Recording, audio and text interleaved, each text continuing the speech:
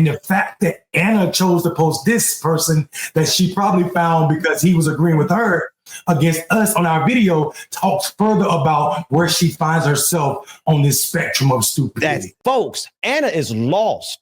The unmitigated caucasity of that white Karen. She ain't lost, Ben. She knows exactly where she at. No. She's lost in terms of the progressive movement. She's a lost cause. No pun, pun seriously intended. Let's play this. Here's why Ana posted this dude. All of a sudden, just 7 hours ago. I wonder why she posted this dude. Boy. I gotta tell you guys, I have pissed off the race hustlers. Okay, I pissed them off. Why have I pissed them off? Well, they're pissed off because I had a conversation with Ana Kasparian. Okay, Ana Kasparian reached out to me like a week ago to have a casual conversation for her Substack. She wanted to understand more about my background, my ideology, why I believe the things that I believe. Okay, it was a very casual conversation, nothing super serious, anything like that, just a conversation. Okay, and this conversation has triggered these three individuals, one of whom is Benjamin Dixon, who I believe is a pastor. I'm not entirely sure.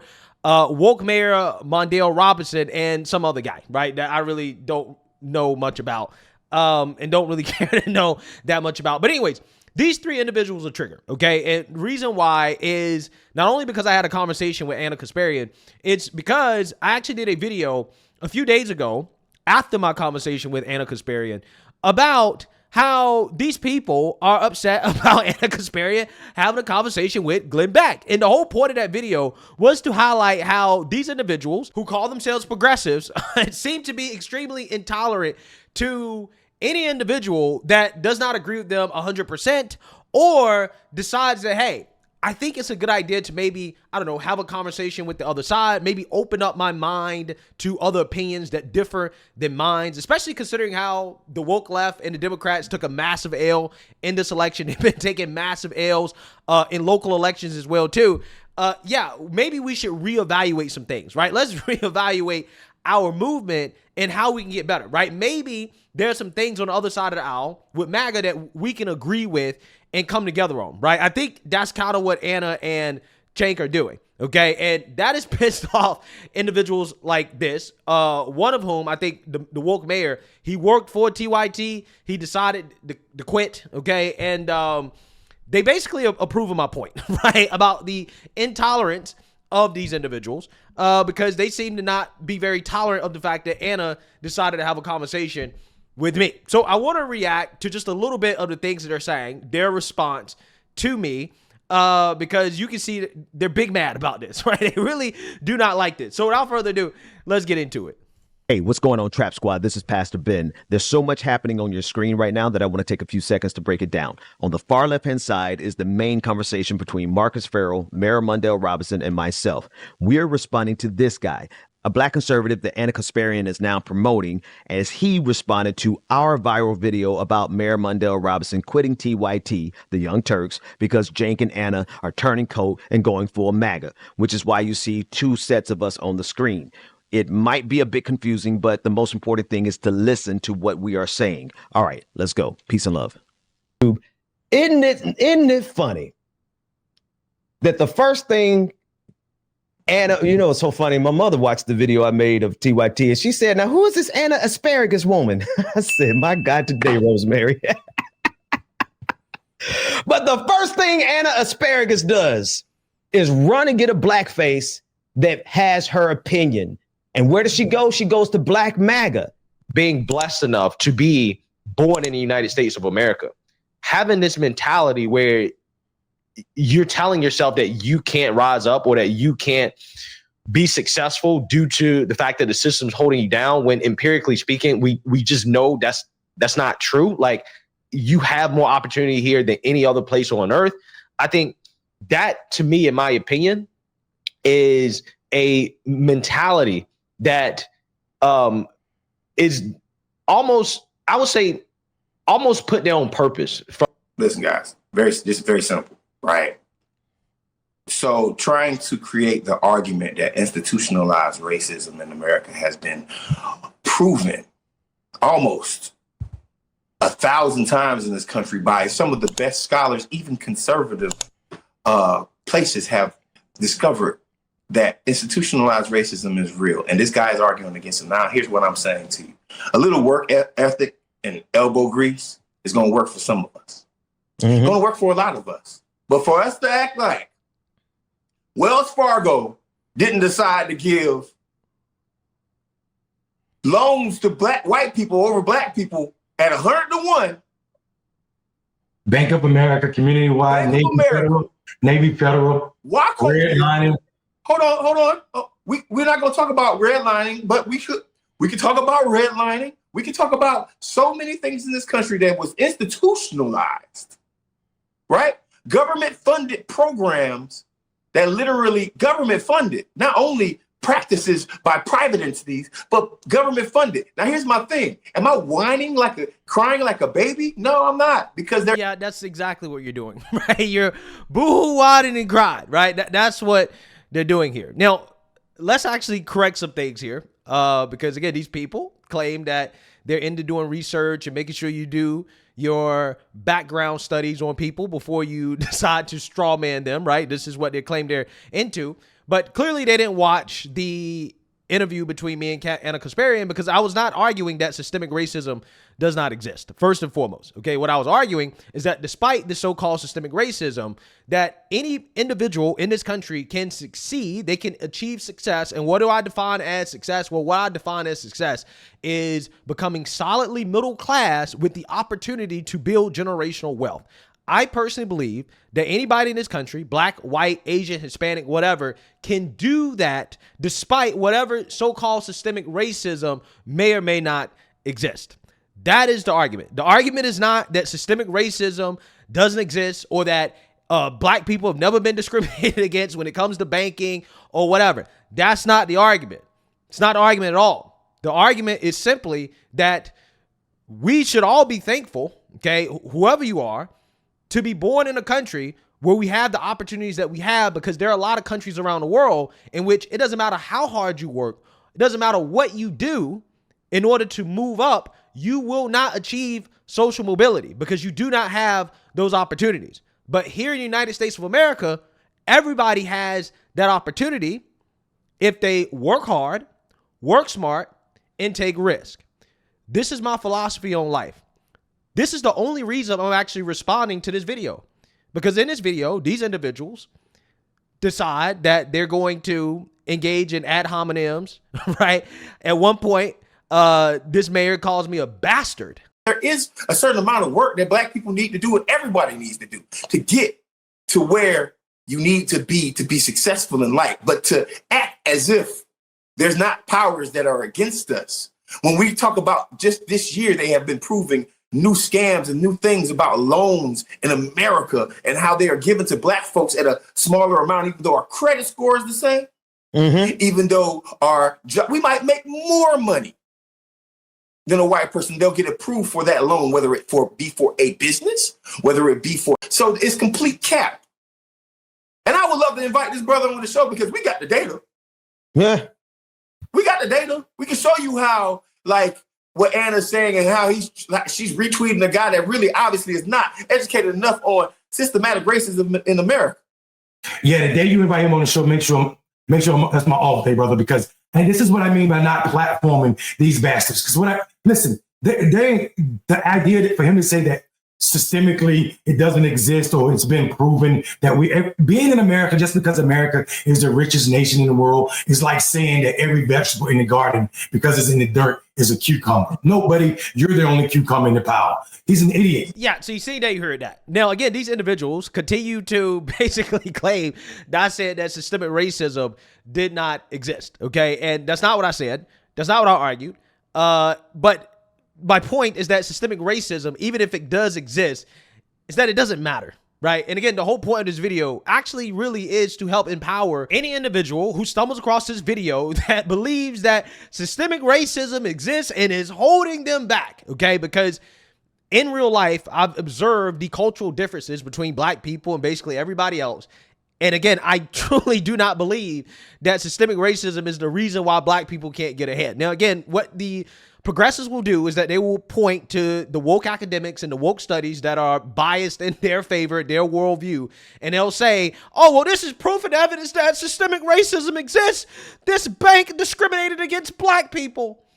Now, again, the problem with these studies, especially the ones that are sociological in nature, is that first and foremost, there's ideological bias, right? These people, a lot of them are looking for racism. And then two, when it comes to the studies that do fit the narrative of, okay, these banks are systemically discriminating against black people and that they are offering loans and subpar financial products to black people compared to whites. And when they adjust for income to debt ratio, credit score, all of these things that would make somebody worthy of receiving some type of loan, that, hey, there's still a disparity.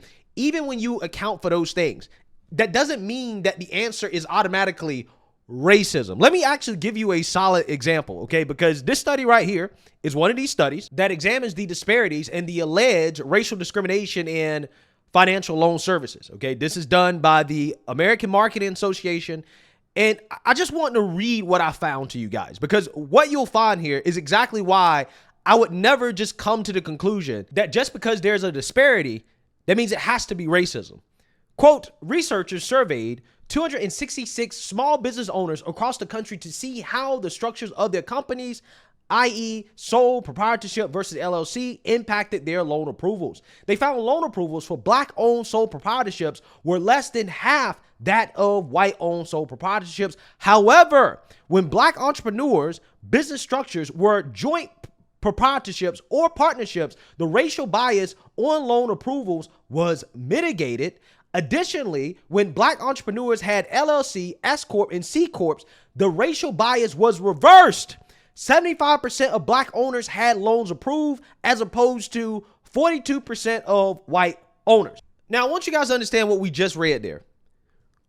If you are a black person and you show some level of sophistication when it comes to running your business, if you have an LLC, S Corp, C Corp, you're more likely to get a business loan, according to this one study, than a white person showing that same level of sophistication with their business. Now, I would sound real foolish if I came up here and said, well, that must be because of systemic racism against whites, right? Are banks systemically discriminating against whites that have LLCs and S Corps and C Corps, right? I would sound real foolish to say that, right? But see, in my mind, because I kind of understand what banks are looking for, they're trying to assess risk. I understand, okay, there are probably some other factors here, right, that could explain the disparity. Just like there are probably other factors outside of racism that can explain the disparity between the approval rates for loans for black sole proprietorships versus white sole proprietorships. Okay, in general, a sole proprietorship is probably going to be a riskier business or entity to deal with because, again, it shows that the business owner is probably not that sophisticated. And that means that there are probably some accounting errors. It's probably some inaccuracies when it comes to their financial statements and their income statements and stuff like that. So, again, I'm not the type of person that will automatically say it must be racism. I'm the type of person that will say, well, what else could it be besides racism? And you figure that out, and then you adjust and you try again. Right? And that's the whole point of this video. If you are black, and even if you believe that the system is systemically racist against you, right, that you have a disadvantage, you only have one option, right? Your only option, if you want to be successful, is to overcome, right? And if you adopt that mentality of being able to overcome adversity, regardless of what it is, you will be successful if you do all the right things, okay? Like, for example, if you are black and you get denied a loan from a bank, the first thing I would do is not boohoo, whine, and cry, well, it must be because I'm black. The first thing I would do is to evaluate my credit worthiness. Do I have the proper income to debt ratio? Do I have adequate collateral? Do I have good credit? Do I have enough income? Like, these are things that you can evaluate and say, well, what can I do better? And then you go to another bank and you apply for a loan. Because there are plenty of banks, right? There are a lot of banks out there, okay? There are a lot of options, okay? And if you're truly credit worthy, if you're truly worthy of the loan, some bank will give it to you because they can make money off that loan, right? That's how capitalism works. Just because you get denied one time, that doesn't mean that you can't succeed, that you can't overcome. You try again, you get better. If you get denied from a job, if you don't get a job and you think, well, these people are racist, does it help you to boohoo, whine, and cry about the racism? Or does it help for you to say, you know what? How can I make my resume better? What could I have said during that interview to increase my chance of getting that job? What can I do better? And then you take that mentality and you self-improve and then you try again. Because if you're truly worthy of the job, if you're truly a productive worker, you will get hired and you will get paid. You will get what you deserve. You will be successful. In my own life right now, before the end of the year, I'm trying to get some major business deals done. But yet, the people that I am offering money to, hey, some of them are saying, nah, we don't want to do business with you. For whatever reason, they don't want to accept my offer. Now, am I boohoo, whine, and crying racism? They don't want to accept my money. They don't want to do business with me. No, I'm not doing that. I'm saying, okay, well, cool. I'm going to find somebody else. Somebody else will accept my offer. I'll give you another example. Just a few days ago, I received what I believe to be a very lowball offer for a restaurant business, right? To get in on a restaurant venture. Now, I don't necessarily think that restaurants are good businesses, okay, for various reasons. But, you know, hey, there was some tax benefits that could have been involved, right? So that's why I considered it. However, it was a very lowball offer that I think was almost borderline disrespectful. Now, did I boohoo, whine, and cry? Hey, this is racist. You're offering me this lowball offer because I'm black, right? You must be racist. No, I said, no, I'm not doing this. The math doesn't make sense. My valuation of this business does not align with what you're offering me. So I rejected it. God calls me back the next day and says, hey, this is what I think we can do. Offer me a little bit more. Now, I still rejected it because I didn't think it was enough, but I'm just saying that is the difference in my mentality, my worldview versus these individuals. These individuals are in the business of trying to keep people mentally enslaved, thinking that you got to change the system to be successful. That's the reason why I'm not doing better than him, the white man. It's the system. While these individuals get rich, right? They get rich off of this. Notice how all these race hustlers, all of them are successful in their own right, right? They go on national television as multimillionaires and they'll tell everybody else, oh, well, the system's holding you back. But they won't tell you how they achieved, how they had to put in the hard work to achieve success. Now, some of them, again, they got rich from race hustling, right? So it's a little bit different. But some of them did get rich in very legitimate ways, okay? Through hard work, studying, applying themselves, gaining skills. They did what they have to do, and then they turn around and tell other people, oh, well, let's focus on the system being so racist and white supremacy holding us back. And it's like, it didn't hold you back, right? If it didn't hold you back, why do you think it's holding back everybody else? At the individual level, it's not holding you back. What's holding you back is your own individual behaviors. And I've observed a difference between, generally speaking, how black people think about money, wealth, business versus everybody else, because it seems as if black people are struggling with this more so than every other group. And I'm going to tell you what the difference is. The difference is how you think about money and financial literacy. Let me give you an example. I mentioned this a lot on my channel, but I do for a reason. I got a lot of Indian friends. I had a lot of Indian friends growing up. I spent a lot of time with their families, and they're all successful, have a lot of successful businesses. They didn't come over here successful. A lot of my friends' parents can barely speak English, but they still became very successful.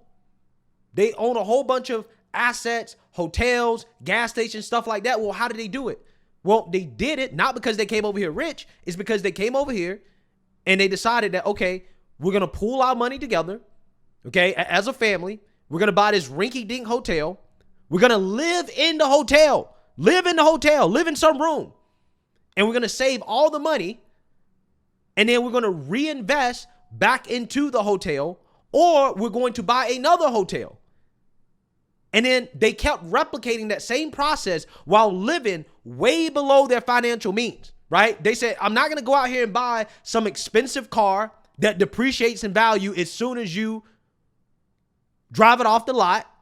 I'm not going to go buy some expensive house and take on some mortgage that you really can't afford. No, they said we are going to save our money, live below our means, and continue to invest in appreciating assets and keep buying businesses until we get to a point where we are comfortable enough to then go out and to spend a little bit more money. And even then, they're still living below their means. Live in a nice neighborhood, nice car, stuff like that. But they could probably have a lot more. They just choose not to because they understand what it's like to live below your means and to use that extra money to build your wealth.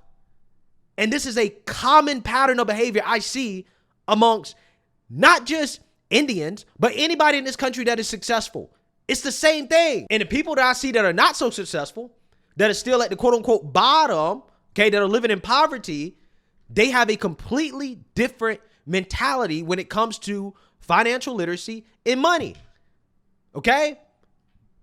The people that are the ones that are struggling the most tend to be the ones that are living above their means. They're buying a bunch of depreciating assets.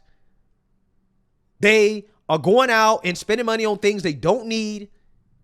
They're not really exercising good financial decisions and choices that lead to the ability to generate wealth over time and to move up the socioeconomic ladder. And there's nothing stopping any black person in this country. You can say everything that you want about the big banks.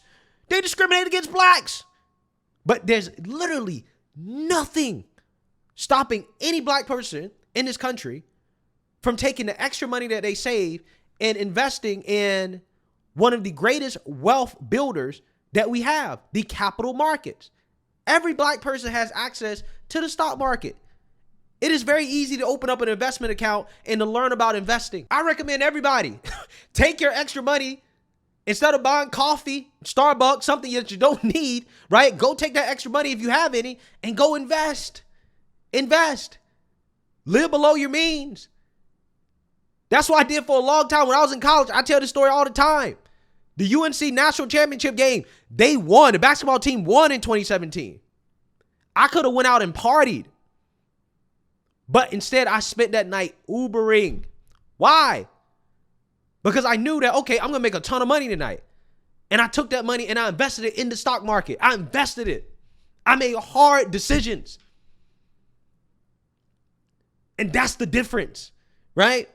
That's the difference. That's the type of mentality that you have to have. So again, I'm telling you this because I'm giving you a real life example of how you can overcome the so-called systemic racism. I am not one of these people that thinks it is a productive use of time to sit around, boohoo, whine, and cry about racism. Oh, it's me, I'm black, and white man holding me down. All that. That does absolutely zero for you when there are millions of examples in this country of people being successful despite whatever systemic racism may be holding them back. Because most people in this country are not born in the perfect situation. Most people in this country are not born with a silver spoon in their mouth. Most people in this country, in order to be successful, they got to grind and they got to work just as hard as everybody else in order to get what they feel like they deserve in this life. Everybody has to overcome some adversity. But the race hustlers really want you to believe that systemic racism is a unique adversity that nobody can overcome and that it is just too much for black folks. And it's just simply not the case. It's not true. It's not true at all. Again, we have millions of examples, right? I mean, the people that are telling you this most of the time are the example that, yeah, you can overcome systemic racism and become pretty successful in this country, right? Now, again, a lot of them do it through race hustling, but I'm just saying there are legitimate ways to do it outside of race hustling, okay? We have millions of examples. So I hope any of the black folks that are wallowing in victimhood or any of these progressives that stumble across this video, I hope that you learn something, right? I hope that you learn that regardless of the adversity that you go through, you can overcome it. And it is a much better use of your time and resources to not wallow in victimhood, boohoo, whine, and cry about the white man, but to go out there and to work hard, work smart, take risks, apply yourself, learn a skill, educate yourself, go out there and compete just like everybody else, right? And I guarantee you, you will find some level of success, okay? You'll find some level of success. I'm just saying. Let me know what you guys think. Make sure you like, comment, and subscribe. Most importantly, share a black conservative perspective. Peace.